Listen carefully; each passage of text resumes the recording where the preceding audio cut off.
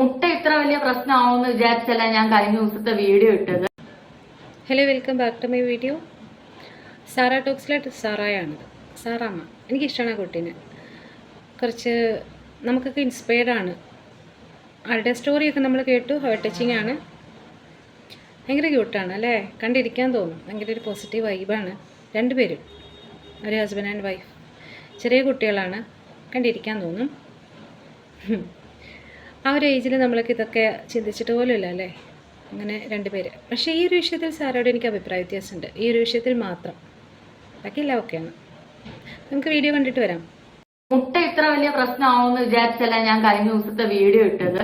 എനിക്ക് OCD പ്രശ്നം ഉണ്ടെന്ന് പറഞ്ഞു കുറെ ആൾക്കാർ കമന്റ് ഇടുന്നു. മുട്ട കഴുകാതെ ഇട്ടെന്നും പറഞ്ഞിട്ട് കുറെ കമന്റിൽ പ്രശ്നങ്ങൾ വന്നു. അപ്പം നോർമലി ഞാൻ മുട്ട കഴുകാതെ തന്നെയാണ് ബോയിൽ ചെയ്യാറ്. കാര്യം എന്താന്ന് വെച്ചാൽ ഞാൻ ബോയിൽ ചെയ്തിട്ട് ആ വെള്ളം ഞാൻ കളഞ്ഞിട്ട് പിന്നെ തണുത്ത വെള്ളം ഒഴിച്ചാണ് മുട്ട പൊളിച്ചെടുക്കുന്നത്. അപ്പം അതിനകത്ത് കുറെ കമന്റ് കണ്ട് ഈ മുട്ട എങ്ങാനും പൊട്ടിപ്പോയി കഴിഞ്ഞാൽ അതിൻ്റെ അകത്ത് അണുക്കളെല്ലാം വായിക്കാത്ത പോകില്ലെന്ന്. അതിന് ഞാൻ ചെറിയൊരു ടിപ്പ് പറഞ്ഞുതരാം. നമ്മൾ മുട്ട പുഴുങ്ങാനിടുമ്പോൾ മുട്ട ഇടുന്നതിന്റെ മേളിൽ വെള്ളം എപ്പോഴും കിടക്കണം. അതുപോലെ നല്ലപോലെ ഉപ്പിട്ട് വെച്ച് കഴിഞ്ഞാൽ മുട്ട അങ്ങനെ പൊട്ടത്തില്ല. ഇതുവരെ എനിക്ക് അങ്ങനെ പൊട്ടിയിട്ടില്ല. അത് ഇൻകേസ് ഏതായാലും പൊട്ടുന്ന മുട്ടയാണെങ്കിൽ ഞങ്ങൾ ആ മുട്ട ഉപയോഗിക്കാറില്ല. പിന്നെ എപ്പോഴും പറയുന്ന പോലെ ഇന്നത്തെ നമ്മുടെ രാവിലത്തെ ആഹാരം, ഒരു മിനിറ്റ് വായിക്കാത്ത വെള്ളം വന്നു, ഞാനിതൊന്ന് പൊളിച്ചോട്ടെ. ഇത് പൊളിച്ചില്ലെങ്കിലും കുഴപ്പമില്ല, കാരണം ഞാൻ നല്ലപോലെ കഴുകി എടുത്തതാണ്. അപ്പൊ നമ്മളിപ്പം ഇന്നത്തെ ആഹാരം നല്ല തൈരുണ്ട്. സത്യം പറഞ്ഞാൽ എന്റെ കൂടെ വന്ന സമയത്ത് ഈ ചാച്ച മധുരക്കിഴങ്ങ് ഒന്നും കഴിക്കത്തില്ലായിരുന്നു. ഈ മധുരക്കിഴങ്ങ് മെയിൻ ആയിട്ട് എനിക്കും ക്യാമറമാനും ഒരുപോലെ ഇഷ്ടമാണ് മധുരക്കിഴങ്ങ്. ഇഷ്ടമല്ലായിരുന്നു. ഇപ്പൊ ചാച്ചൻ കഴിച്ചു തുടങ്ങി. കുറെ നാളായിട്ട് ഇപ്പൊ ചാച്ചനും കഴിക്കുന്നുണ്ട് കേട്ടോ. തൈരുണ്ട്, മധുരക്കിഴങ്ങുണ്ട്. അതിന്റെ കൂട്ടത്തിൽ ഞാൻ ഇന്നലെ ഉണ്ടാക്കിയ നല്ല കേരമീൻ മുളകിട്ട കറിയുണ്ട്.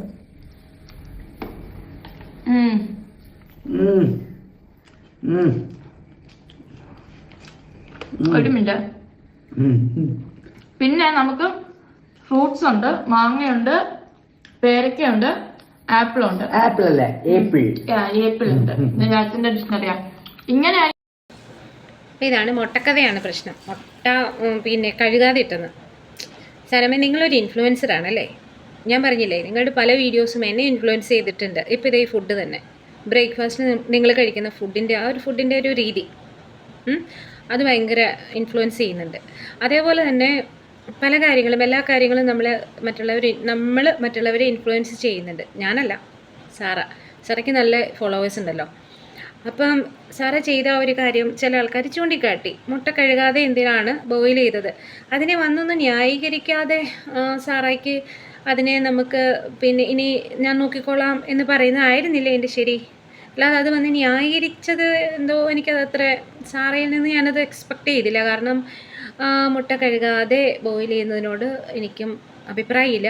മിക്കപ്പോഴും മുട്ട വാങ്ങുമ്പം ആ കോഴിയുടെ നമ്പർ 2 അതിൽ പറ്റിയിരിക്കുന്നത് വരെ ഞാൻ കണ്ടിട്ടുണ്ട്. ഞാൻ സോപ്പിട്ട് സ്ക്രബ് ചെയ്ത് വാഷ് ചെയ്തിട്ടൊക്കെയാണ് ബോയിൽ ചെയ്യാൻ പോലും വെക്കുന്നത്. ഈ പറഞ്ഞ പോലെ മുട്ട പൊട്ടിക്കഴിഞ്ഞാൽ മറ്റുള്ള പൊട്ടുന്നല്ല, അതിൻ്റെ തോട് സ്ക്രാച്ച് ആയിട്ടുണ്ടാവും ചിലപ്പോൾ മുട്ട പുഴുങ്ങുമ്പോഴത്തേക്കും. അപ്പോഴും അതിനുള്ളിലേക്ക് കയറാമല്ലോ. അണുക്കൾ കയറുമെന്ന് അറിയത്തില്ല, ബോയിൽ ചെയ്തിട്ടാണല്ലോ. എന്നാലും നമുക്കൊരു വല്ലായികയില്ലേ?